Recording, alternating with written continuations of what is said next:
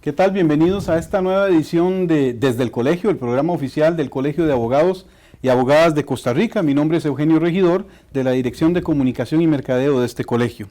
Hoy tengo la grata compañía del doctor Marcos Amador Tenorio, coordinador de la Comisión de Derecho Laboral de nuestro colegio. Don Marcos es un experto conocedor del tema laboral y hemos tenido el gusto ya de conversar en otras ocasiones aquí sobre la reforma procesal laboral y otros temas, y hoy queremos conversar sobre un tema interesantísimo que es el acoso laboral. Un gusto tenerlo nuevamente con nosotros, doctor. Muchas gracias a usted, don Eugenio, y a toda la teleaudiencia. Estamos para servirle cualquier pregunta, con mucho gusto a su servicio. Gracias. Desde hace varios años se ha venido hablando de este tema de hostigamiento, acoso laboral, de mobbing, que también se utiliza, y en nuestro país se trabajó un proyecto de ley para que diera un marco jurídico que pudiera prevenir y sancionar el hostigamiento, tanto en el ámbito público como en el privado, porque esto no es un tema solamente de administración pública, considerando, por cierto, la responsabilidad del Estado de velar por la seguridad y la salud de los empleados en sus labores, que está contemplado en el artículo 56 de nuestra Constitución. Entonces a mí me gustaría conversar, doctor, sobre cuál ha sido la trayectoria de este marco jurídico, del desarrollo de esta ley.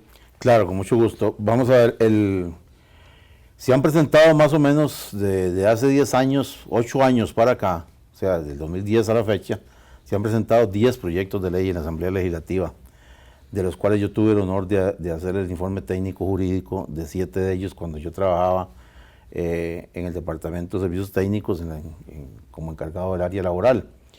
Y fíjese que por diferentes razones no se ha podido votar ninguno de esos proyectos. En este momento sobreviven únicamente un texto sustitutivo al 18.140, que es el texto que se está viendo en este momento, pero los demás por A o por B motivo se han desechado, no por votación, sino porque sencillamente no alcanzan el momento procesal oportuno para ser votados.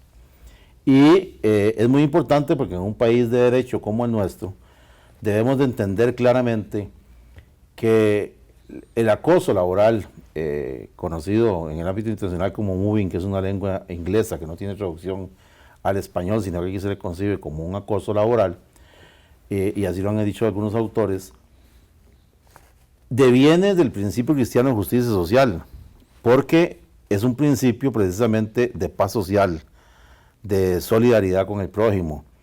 Recordemos que en materia laboral el Código de Trabajo inicia su artículo primero diciendo: el presente código regula derechos y obligaciones de patronos y trabajadores con ocasión del trabajo de acuerdo a los principios cristianos de justicia social. Pero eso tiene una raigambre constitucional, porque el artículo 74 de la Constitución Política, que cierra el capítulo de garantías sociales, también dice que los derechos a que este capítulo se refiere son irrenunciables y no excluye otros que se deriven del principio cristiano de justicia social. Hecho esta concatenación de artículos, diríamos entonces que en un país que se precia de ser un país seguidor de los principios cristianos de justicia social, en razón de que su legislación así lo indica, no hemos llegado a regular una materia tan delicada como es el acoso laboral, que dicho sea de paso, se acrecienta en estos últimos años, precisamente por la influencia de las macroempresas, por la influencia de la globalización, y eso hace que haya una competencia desmedida en el mundo entero por temas de producción, de calidad, etcétera, para poder exportar productos, y eso influye directamente entonces en que tengamos gente acosando a otras personas por diferentes razones que luego lo podemos explicar. Muy interesante. Yo me encontré una cita, y voy a leerla, sobre esto del mobbing. Dice: el objetivo del mobbing es intimidar, opacar, aplacar, amedrentar y consumir emocional e intelectualmente a la víctima, con vistas a eliminarla de la organización, o sea, sacarla, o a satisfacer la necesidad de agredir, controlar y destruir que suele presentar el hostigador. ¿Cómo define usted, don Marcos, el tema del acoso laboral? Para que entendamos los... A nivel, digamos, internacional, la doctrina ha referido que es eso. Marie-France, una enorme psicóloga francesa, habla sobre ese tema, igual que lo habla Iñaki Zavala, un español, y otros autores a nivel internacional han definido que el acoso laboral pretende disminuir a la persona con tal de sacarla de la organización, como bien decía usted, no importa privada o pública, pero fíjese que me he encontrado, don Eugenio, algo interesante. En materia de acoso, es más dado en el sector público que en el privado, aunque sean ambos lados, y le voy a explicar por qué. En el derecho laboral público existe lo que se llama, lo que definimos los laboralistas, más bien define la ley, como una estabilidad propia. Esto es que a ningún trabajador se le puede despedir si no se le sigue un debido proceso. O sea, solo cuando haya cometido un error de aquellos que tipifica el artículo 81 del Código de Trabajo. Mientras que en el sector privado no existe eso, ¿verdad? Sino que usted, patrono, puede despedir a quien quiera, en el momento que quiera, y como castigo, comillas de eso, tiene que pagarle prestaciones. El artículo 85... Aún con la reforma laboral reciente. Sí, claro, porque la reforma reformó a partir del 371 del Código de Trabajo, más no reformó ese artículo, digamos que es el artículo 83 del Código de Trabajo, y el 85 inciso D, que define que el patrón no puede despedir a cualquier persona. Solo reguló cómo hacerlo. Exactamente, define que lo despide, punto, y que para eso tiene que pagar prestaciones de conformidad con lo que es el artículo 28 y 29 del Código de Trabajo, que habla de preaviso y cesantía. Eso hace que los patronos organizados tengan, por lo menos en libros, las prestaciones de todos los trabajadores. Cuando una persona quiere acosarlo, cuando se siente incómodo con el patrón o qué sé yo, o con el jefe, entonces el patrón sencillamente hace una conciliación entre ambos y se ve por dónde está el problema, despide a uno de ellos y se acabó. Mientras que eso no sucede en la administración pública. Y muchos de estos empleados de la administración pública, recordemos que en la administración pública funciona un principio de que la gente está ahí por idoneidad, o sea, tiene que comprobar con certificados académicos que es idóneo para el puesto, y a mayor cantidad de estos certificados académicos tenga, mayor es el salario o mayor son las jefaturas. Pues muchos jefes se quedan estancados, algunos otros trabajadores van estudiando, sacan algunos títulos académicos y entonces se siente amenazado el jefe. Y es a partir de ese momento que empiezan el acoso. El acoso igual que tiende a hostigar, a intimidar, a amedrentar, etcétera, todos estos adjetivos, para que ese trabajador se sienta menos y se vaya saliendo por sí solo de la empresa y en un momento dado renuncie.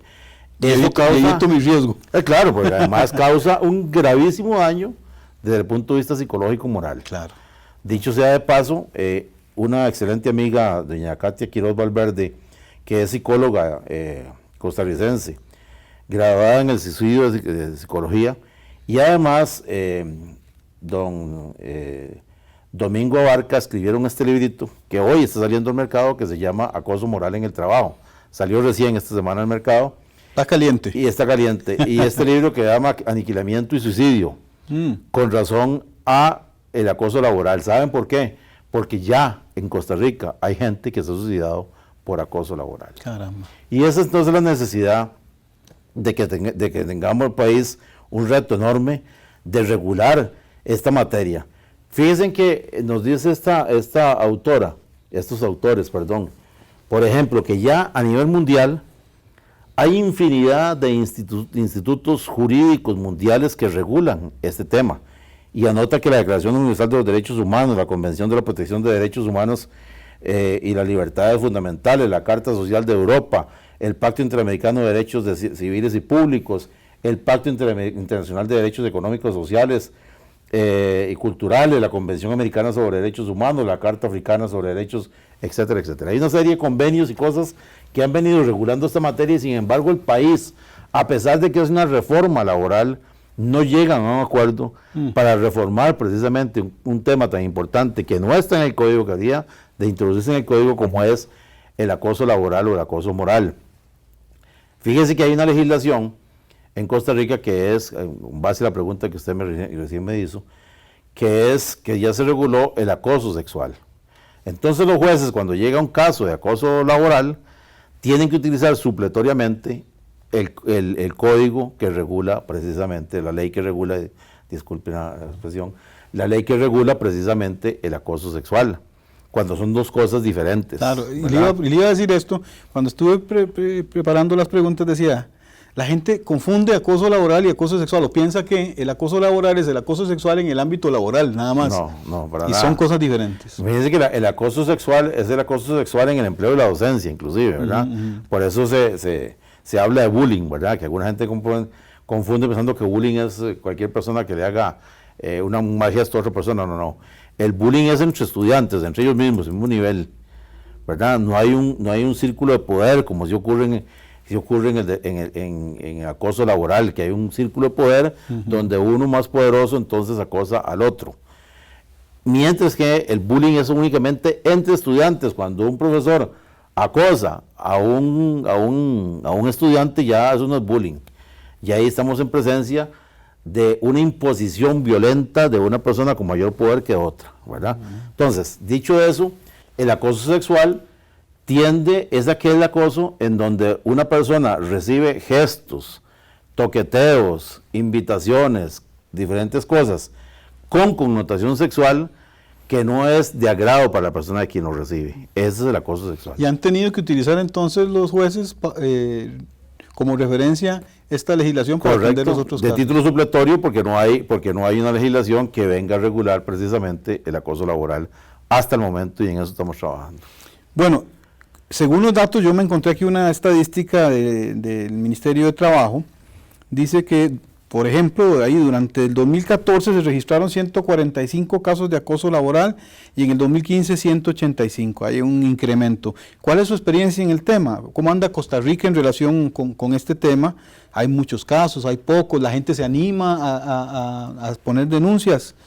¿Cómo funciona? Hay muchísimo. Fíjese usted que, por ejemplo, solamente en el ámbito de la Defensoría de los Habitantes, ¿verdad?, que regula todo en el ámbito público, dice que ha venido creciendo enormemente desde 2004 al 2017. Hay un crecimiento casi que triplica lo que teníamos en el 2004.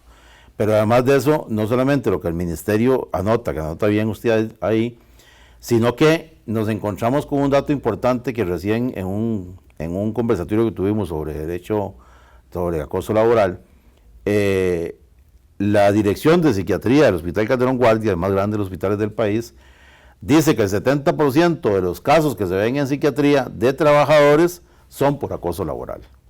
Y ahí estamos entonces en presencia de un tema muy grave, porque acordémonos dos cosas. Por un lado, Costa Rica entra a competir. La Costa Rica de los años 40, en donde se hace el Código de Trabajo, es una Costa Rica que exporta 3 productos al mundo. A partir de la caída del muro de Berlín y la globalización, Costa Rica se convierte en un exportador de servicios, en un exportador de tecnología, y hoy por hoy Costa Rica exporta más de 5.800 productos al mundo. Caramba. Eso hace que haya una competencia muy fuerte, porque los mercados internacionales, sobre todo los mercados de los Estados Unidos y de Europa, son mercados muy exigentes. Y entonces eso recae entonces también una gran presión sobre los trabajadores privados, que a la vez hacen que estos trabajadores privados, como usted lo ve en la prensa actualmente, tengan una presión directa sobre los trabajadores del Estado, diciendo que son muchos, diciendo que ganan mucho, diciendo que no es equitativo, que tienen muchas vacaciones, etcétera, etcétera. Algunas sí podríamos decir que son algunas gollerías, pero hay otras que son conquistas propias de esos trabajadores, y entonces hay una presión del mercado, ¿verdad? Entendido todo, el mercado globalizado, una presión del mercado que hace eco a la prensa, en donde hay una presión sobre los trabajadores del Estado.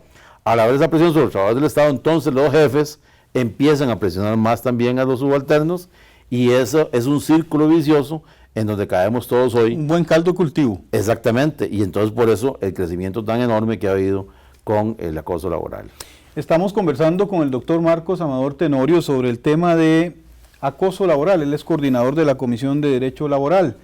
Vamos a hacer una pausa y les dejamos con una interesante noticia del Colegio de Abogados y Abogadas de Costa Rica. Ya regresamos.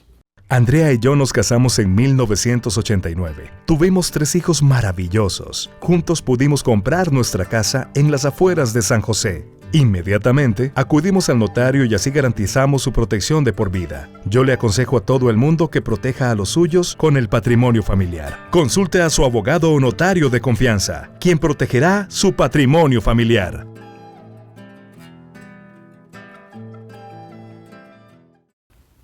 Gracias por continuar con Desde el Colegio, el programa oficial del Colegio de Abogados y Abogadas de Costa Rica.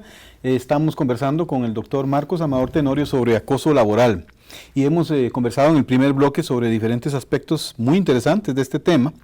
Pero también sé que que la comisión estuvo trabajando en organizar un conversatorio sobre este tema, y bueno, habiendo conversado con usted en el primer bloque entiendo un poquito las razones, pero me gustaría que nos comentara qué los llevó a organizar este evento, quiénes fueron los expositores y cuáles fueron los temas que se trabajaron.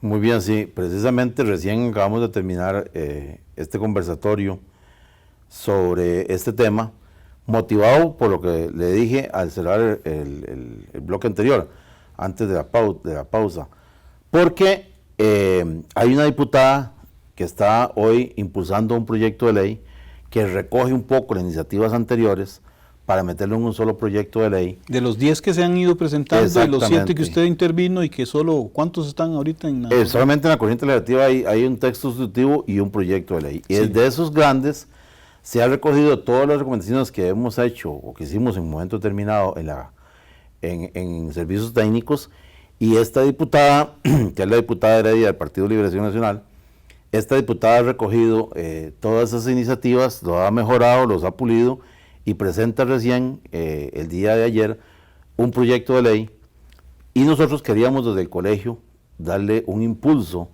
a este proyecto de ley porque nos parece desde la comisión que es urgente que se regule, y entonces ahí intervinimos un servidor dando una explicación rápida sobre qué es el acoso laboral y otros temas colaterales, y también hizo una exposición el doctor Eric Briones, que es el director de jurídico de la Dirección de Inspectores del Ministerio de Trabajo y Seguridad Social, precisamente refiriéndonos todos estos datos, qué es lo que han hecho, qué es lo que están haciendo y qué es lo que hace el Ministerio de Trabajo cuando llega un tema de acoso laboral, porque recordemos que parece increíble, pero no hay una legislación. Sin embargo, la reforma procesal laboral dice que uno de los temas de discriminación es por acoso, y entonces los temas de discriminación hacen que en la vía administrativa el trabajador vaya al Ministerio de Trabajo y se haga un procedimiento administrativo para determinar si efectivamente ese trabajador lo están despidiendo por razones del acoso o por alguna otra razón.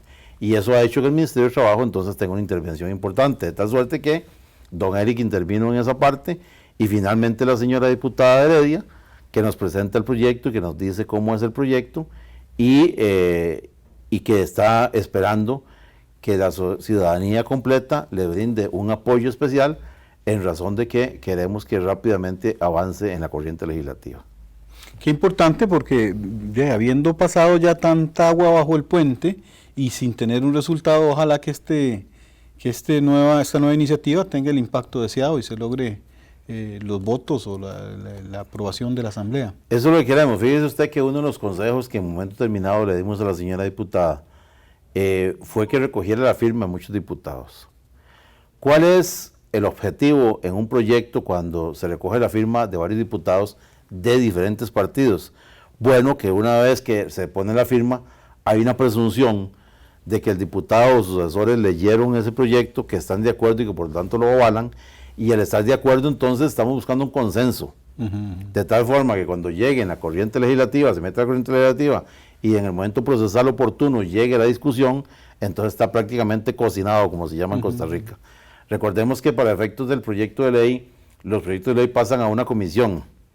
Esta comisión les hace enmiendas, les puede hacer enmiendas, llama a la gente interesada en el tema, etcétera, y ahí esa comisión tiene dos posibilidades: o desecha el proyecto como tal, y por tanto nunca llegó ni siquiera al pleno legislativo, o dictamina a favor de ese texto. Sí. Que por cierto me di cuenta que parte de los procesos anteriores se consultó a una cantidad de organizaciones impresionante. Es correcto, porque la ley exige que a todas las personas que vaya a afectar positivo o negativamente, a todas las organizaciones, se debe consultar, ¿verdad? Y cuando tenga una injerencia directa, por ejemplo el Poder Judicial, tiene que manifestarse. ¿Por qué? Porque va a regular precisamente eso, esa legislación. El Poder Judicial tiene que consultarse al Ministerio de Trabajo, obligatoriamente, tiene que consultarse a las municipalidades, obligatoriamente, tiene que consultarse a los grupos organizados, como los sindicatos, ¿verdad? Como los empresarios, a través de la unión de cámaras, etcétera, y hay que consultarse a una serie de gente. Una vez consultados, los señores diputados tienen la posibilidad de hacer enmiendas, o hacer un texto sustitutivo, etcétera. Pero ahí ocurren una de dos cosas: o sencillamente desecha el proyecto como tal, o lo avalan. Y siendo este avalado, entonces pasa ahora sí al Pleno Legislativo para que sea votado. En este caso tiene dos posibilidades. Uno es que vaya directamente al Pleno Legislativo o que se asigne a una comisión con potestad legislativa plena.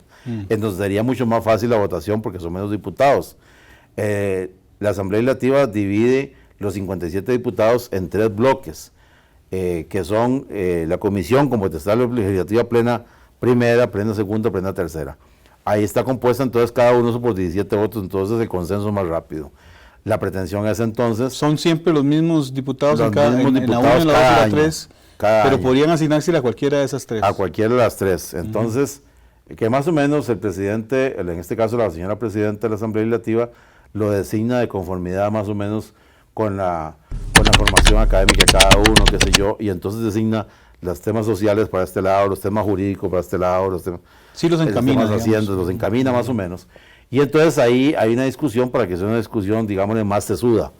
Y desde esa perspectiva es más fácil que se llegue a votar el proyecto. Una de las cosas que hemos hablado con la señora diputada es ver la posibilidad de solicitarle a la señora presidenta del Congreso que lo encamine hacia una comisión con potestad legislativa plena. Claro, claro. Para facilitar el trámite. Claro, para facilitar el trámite, correcto. Bueno, muy interesante. Dentro de otros planes que tiene la comisión, nos gustaría que nos comentara qué otras cosas está planeando la comisión, además de este interesantísimo conversatorio del que nos ha mencionado que organizaron y que tiene un impacto sin duda importantísimo como todo lo que organizan en la ciudadanía costarricense. ¿Qué otros planes tienen para este año? Gracias, Eugenio. Sí, hay varios planes que tenemos ya, que están aprobados por la Junta Directiva del Colegio. Son 2 conversatorios más que tenemos ahí planeados, pero además de eso, quiero un poco aprovechar el tiempo para ahondar un poquito en esta parte. Claro. Estamos organizando un congreso junto con el Ministerio de Trabajo y la OIT, la Organización Internacional del Trabajo. ¿Por qué? Porque este año se celebra el 75 aniversario de la promulgación del Código de Trabajo. El Código de Trabajo fue promulgado o fue aprobado el 2 de agosto del año 42, siendo presidente el doctor Calderón Guardia, y luego entró a regir el 15 de septiembre de ese año, de tal suerte que este año estamos cumpliendo el 75 aniversario. Con ocasión del 75 aniversario queremos hacer una actividad muy grande, posiblemente en el Teatro Nacional es la pretensión, o si no lo haríamos aquí en el colegio, pero la idea es hacer una cosa muy grande, donde vamos a tener a Vladimir de la Cruz, por ejemplo, hablando sobre la historia y la intríngulis que hubo para aprobar un código de trabajo de esa magnitud enorme para su época. Y vamos a obviamente contar con la presencia del señor Presidente de la República, del Ministro de Trabajo, del representante de la OIT en Costa Rica, en fin, una serie de personalidades para que nos hablen sobre cómo fue que se diseñó ese Código de Trabajo y un poquito por ahí meter sobre la reforma, la urgencia de la reforma procesal en un Código de Trabajo de muy bueno para la época, pero añejo en este momento, añejo digo yo, desde el punto de vista de que fue un código que se hizo, como decía, para 3 productos de exportación, con un país hoy de 5.800 productos de exportación, un código que se hizo en una Costa Rica que contaba en ese momento con 600.000 habitantes, a una Costa Rica de hoy con 5 millones de habitantes y casi 1 millón de extranjeros en Costa Rica. Don Marcos, qué lástima, podemos seguir hablando, los invitamos de todas maneras a estar atentos a nuestras redes sociales y los comunicados de las actividades de esta comisión y las demás comisiones del colegio. Muchísimas gracias por estar con nosotros, de verdad, muy interesante como siempre. Y también a ustedes les agradecemos por habernos acompañado en esta edición de Desde el Colegio, el programa oficial del Colegio de Abogados y Abogadas de Costa Rica. Recuerde que usted puede vernos todos los miércoles al mediodía en Canal 19, Canal 54 y por Tele1, y además puede seguirnos en el Facebook del Colegio de Abogados y Abogadas de Costa Rica o mediante nuestro canal de YouTube. Un gusto estar con ustedes, los esperamos la semana que viene.